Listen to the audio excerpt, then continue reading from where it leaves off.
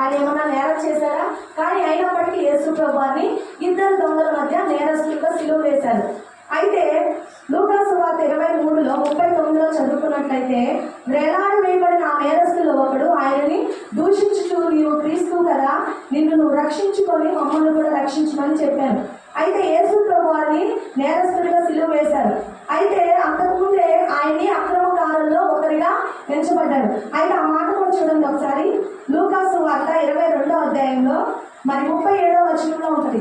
ఆయన అక్రమకారుల్లో ఒకరిగా ఎంచబడనని వ్రాయబడిన మాట నా యందు నెరవేరవలసి ఉన్నది. అయితే యేసు ప్రభువారు పుట్టక మునిపే ఆయన అక్రమకారుల్లో ఒకరిగా ఎంచబడతారన్న మాట మరి అంతకుముందే వ్రాయబడి ఉన్నది. మరి పరిశుద్ధ గ్రంథంలో ఆయన పుట్టక మునిపే రాయబడి ఉన్నది. అయితే యేసు ప్రభువారిని నేరస్తుల్లో మరి ఒకరిగా నేరస్తుల్లో ఆయన ఇద్దరు దొంగల మధ్యన సిలువ వేశాడు. సిలువ వేసినప్పుడు అందులో ఒక దొంగ అంటున్నాడు, నువ్వు కనుక క్రీస్తు అయితే నిన్ను రక్షించుకొని మమ్మల్ని కూడా రక్షించమని చెప్తున్నాడు. కానీ ఇంకో దొంగ మాత్రం ఏమంటున్నాడంటే, ప్రభు యేసు నీ రాజ్యంలోకి వచ్చినప్పుడు నన్ను జ్ఞాపకం చేసుకోమని. అయితే యేసు ప్రభువారు ఇద్దరు దొంగల మధ్య ఆయన సిలువ వేశారు. కానీ ఒక దొంగ మాత్రము నువ్వు క్రీస్తు కదా, నువ్వు రక్షించుకొని మమ్మల్ని కూడా రక్షించమని మరి ఆ దేవుడితో అంటున్నాడు. కానీ ఇంకో దొంగ మాత్రం నువ్వు నువ్వు రాజ్యంలోకి వచ్చినప్పుడు నన్ను కూడా జ్ఞాపకం చేసుకోమని యేసు ప్రభువారితో అంటున్నాడంట. మరి ఒక దొంగ మాత్రం ఎందుకు ఎందుకని యేసు ప్రభువారిని రాజ్యంలోకి వచ్చినప్పుడు జ్ఞాపకం చేసుకోమంటున్నాడు? ఇంకో దొంగ మాత్రం ఎందుకు తన హృదయాన్ని కఠినం చేసుకుంటున్నాడు అంటే, మరి దానికి గల కారణం ఏంటంటే యేసు ప్రభువారు పలికిన మొట్టమొదటి మాటే దానికి కారణం. మరి ఎందుకంటే యేసు ప్రభువారు ఆయన సిలువ వేసినప్పుడు ఆయన ఎంతగానో దూషిస్తున్నారు, ఎంతగానో తిడుతున్నారు, ఆయన విమర్శిస్తున్నారు. కానీ మరి యేసు ప్రభువారు వారి పక్షాన వారి స్థానంలో వారి కొరకు ప్రార్థన చేశాడంట. ఆ ఒక్క మాటే మరి సిలువలో ఉన్న దొంగని మార్చడానికి గల కారణం. ఆశ్చర్యకరమైన రీతిలో ఆ దొంగ మారడానికి గల కారణం ఏంటంటే యేసు ప్రభువారు సిలువలో పలికిన మాట. అయితే ఇక్కడ చూసుకున్నట్లయితే ఆయన ఎంతగానో దూషిస్తున్నారు, బాధిస్తున్నారు. కానీ ఆ దొంగ మాత్రం మరి యేసు ప్రభువారు ఇలా మాట్లాడుతున్నాడేంటి, మరి మన పక్షాన క్షమించమని ఆయన అడుగుతున్నాడు, మన పక్షాన ప్రార్థన చేస్తున్నాడు. ఈయన నిజంగా దేవుని కుమారుడే, ఈ దేవుని కుమారుడైతే తప్ప ఇంత సహనాన్ని వ్యక్తపరచలేడని చెప్పి యేసు ప్రభువారి పట్ల విశ్వాసం ఉంచాడంట ఆ రెండో దొంగ. ఇక్కడ చూసుకున్నట్లయితే అయితే ఇక్కడ నిన్ను రక్షించుకొని మమ్మల్ని కూడా రక్షించమని మొదటి దొంగ అన్నాడు. అయితే రెండో వాడు మరి గద్దించి, నీవు అదే శిక్షలో ఉన్నావు కనుక దేవునికి భయపడవా?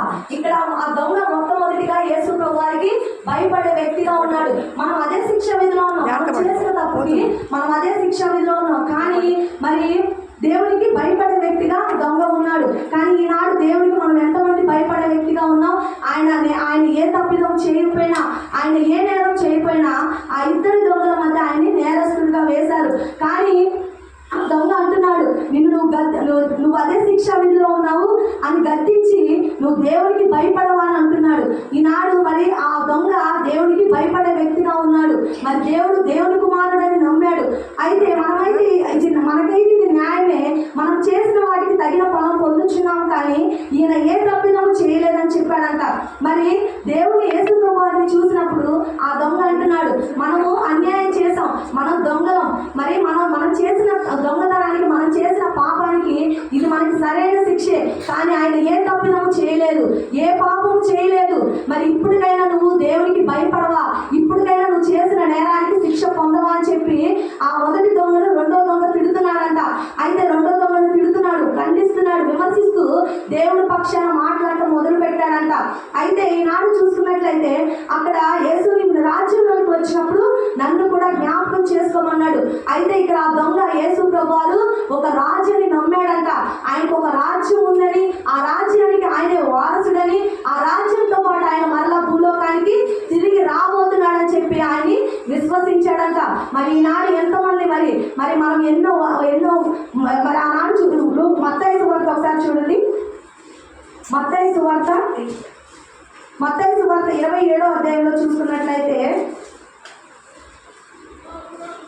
అయితే ఇక్కడ ఇద్దరు దొంగలు కూడా యేసు ప్రభువారిని నిందించిన వారే. ఆయనతో కూడా సిలువ వేయబడిన బందిపోటు దొంగలు కూడా అలాగే ఆయన నిందించని.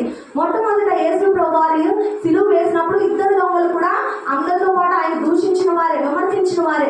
కానీ ఒక దొంగ మాత్రమే ఒక దొంగ మాత్రం ఆశ్చర్యకరమైన రీతిలో మరి యేసు ప్రభు వారి పట్ల విశ్వాసం ఉంచాడంట. అయితే ఇక్కడ చూసుకున్నట్లయితే యేసు ప్రభు వారిని అదే మత్తయి సువార్త 27వ అధ్యాయంలో 38వ వచనంలో, మరియు కుడివైపున ఒకడు ఎడమ వైపున ఒకడు ఇద్దరు బందిపోటు దొంగల మధ్య ఆయనతో కూడా సిలువ వేయబడి, అయితే అక్కడ వారిని యేసు ప్రభు వారిని సిలువ వేసినప్పుడు అక్కడ ఉన్న రోమన సైనికులు కానీ, అక్కడ ఉన్న పరిసయ్యులు కానీ, అక్కడ ఉన్న శాస్త్రులు కానీ, ప్రధాన యాజకులు కానీ ఆయన్ని అపహసిస్తున్నారంట. ఏమని? వీడు ఇతరులను రక్షించిన తను తాను రక్షించుకోలేడు కానీ ఇశ్రాయేలు దేవా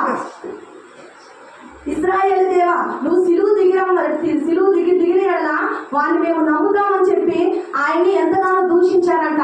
అయితే యేసు ప్రభు వారు 3.5 సంవత్సరాలు ఎన్నో ప్రసంగాలు చేశారు, ఎన్నో సువార్తలు చెప్పారు, ఎన్నో అద్భుత కార్యాలు, ఆశ్చర్య కార్యాలు చేశారు.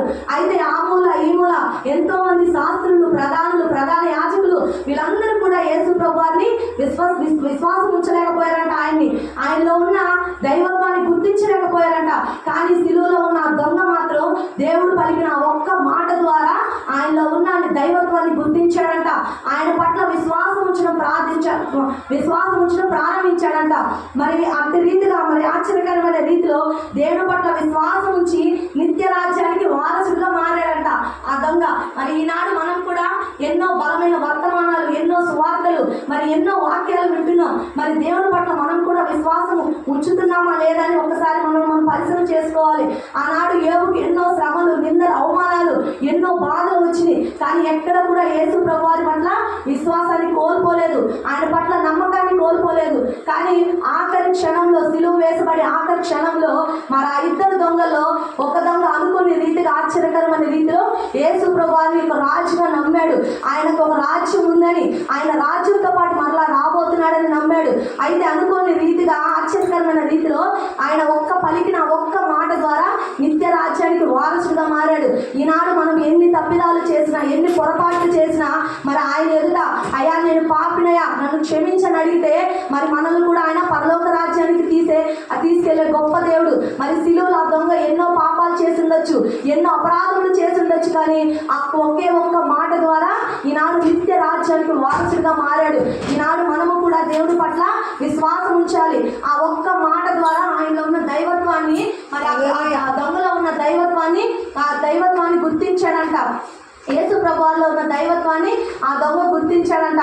ఈనాడు మనము కూడా యేసు ప్రభువులో ఉన్న క్షమాపణ గుణాన్ని, ఆయనలో ఉన్న విశ్వాసాన్ని, నమ్మకాన్ని గుర్తించాలి. మరి నిజంగా మొట్టమొదటి మాట లేకపోతే రెండో మాటే లేదు. నిజంగా ఎంత గొప్ప విషయం కదండి. యేసు ప్రభువు సిలువలో ఆయన ఎంతగానో బాధించారు, ఎంతగానో ఆయనకు విమర్శించారు, ఎంతగానో తిడుతున్నారు. కానీ తండ్రి వీరేం చేయించినారో వీరు ఎరుగురు కనుక వీరిని క్షమించమని పలికిన ఒక్క మాట మరి ఆ దొంగలో మార్పుని తీసుకొచ్చింది. ఆ దొంగలో మరి తనలో ఉన్న పశ్చాత్తాపం, మరి నేను పాపం చేశాను అని చెప్పి తనలో పశ్చాత్తాపాన్ని తీసుకొచ్చింది. మరి దేవుడికి భయపడే వ్యక్తిగా ఉన్నాడు, తన పాపాన్ని ఒప్పుకున్నాడు. అయ్యా మీ రాజ్యంలోనికి వచ్చినప్పుడు నన్ను కూడా జ్ఞాపకం చేసుకోమని ఈనాడు పలికాడు. మరి అనుకోని రీతిగా ఆయనతో పాటు పరలోక రాజ్యానికి వారసుడుగా మారాడు. ఈనాడు మనము కూడా మనలో ఉన్న ఇంకా ఈ లోకాల కార్యాలు ఏవైతే ఉన్నాయో, మరి అపరాధములు, దోషములు, తప్పిదాలు, వాటన్నిటిని కూడా ఒప్పుకొని మరి ఆయన పట్ల విశ్వాసం ఉంచి మరి దేవుడు రాకడ అతి సమీపంలో ఉంది కనుక మనందరం కూడా ఆయన నిత్య రాజ్యానికి వారసులుగా మారాలని మరి వాక్యం ద్వారా మరి నేను కోరుకుంటూ మరి చిన్న సాక్షి దేవుడు దించిన కాక. ఆమేన్.